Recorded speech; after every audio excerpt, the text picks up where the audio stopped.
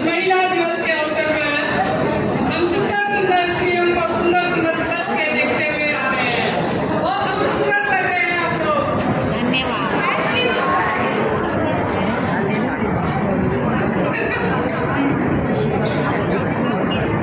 आज एक पोएम के माध्यम से एक गरीब महिला का चित्रण करेंगे।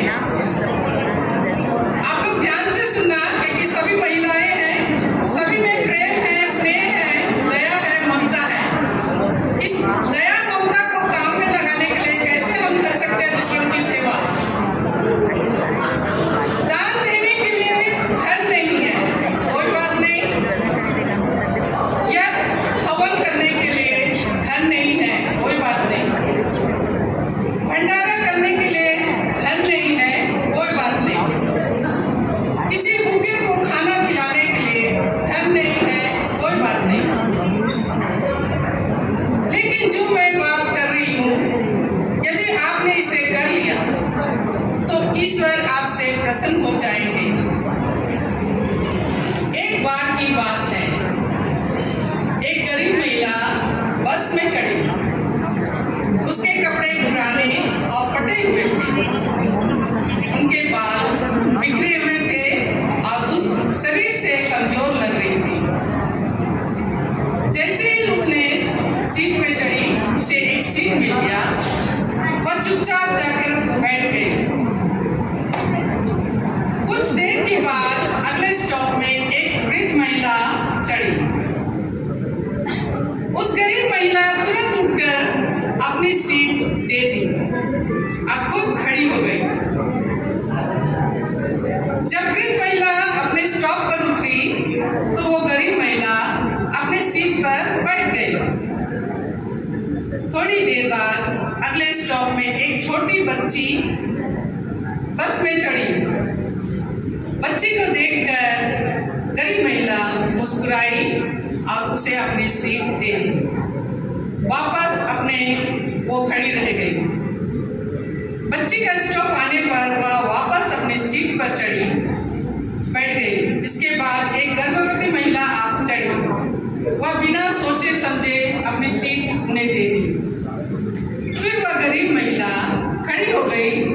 गर्भवती महिला के स्टॉप में उतरने पर वह गरीब महिला वापस अपने सीट पर बैठ गई। थोड़ी देर में एक सामान्य महिला चढ़ी। वह न वृद्ध थी, न बच्ची थी, न गर्भवती। वह पूर्ण रूप से स्वस्थ थी। किंतु इस गरीब महिला फिर खड़ी हो जाती है, उन्हें अपनी सीट दे देती है। उसी बस में एक अन्य स्त्री यह सब देख रही थी। वो एक अध्यापिका थी। वह आश्चर्यचकित हुई। उसने सोचा,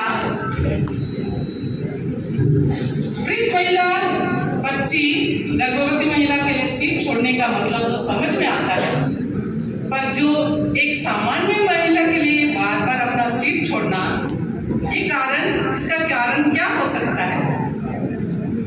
जब बस आखिरी स्टॉप में पहुंची, अध्यापिका ने उस गरीब महिला से पूछी, बहन, मैंने देखा आज बार बार आपने अपनी सीट छोड़कर खड़ी हो जाती है।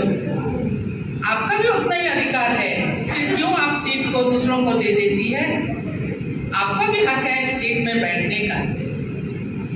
तो गरीब महिला मुस्कुराकर उस अध्यापिका को तुरंत उत्तर देती है, मैडम, मैं दूसरों के घर में काम करती हूँ, झाड़ू पोछा करती हूँ, बर्तन मांजती हूँ।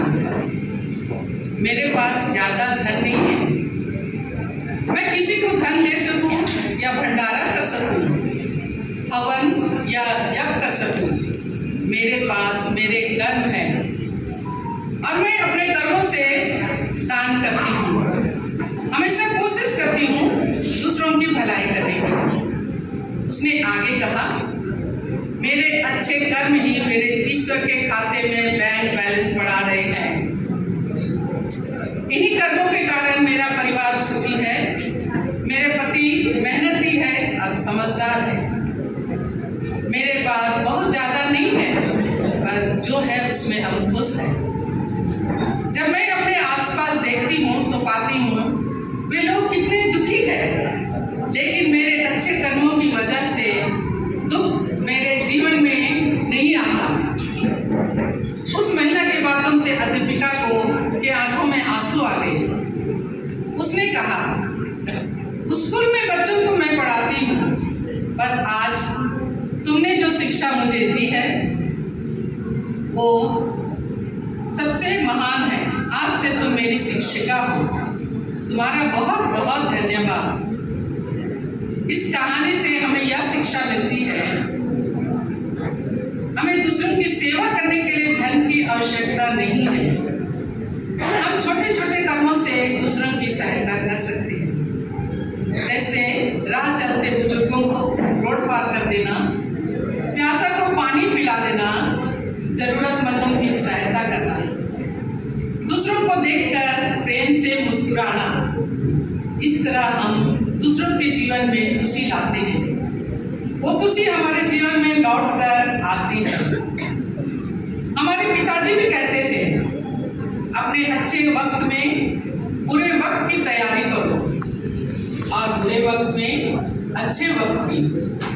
जब अच्छे समय हो तो लोगों की इतनी मदद करो तो बुरा समय कभी नहीं आएगा। धन्यवाद।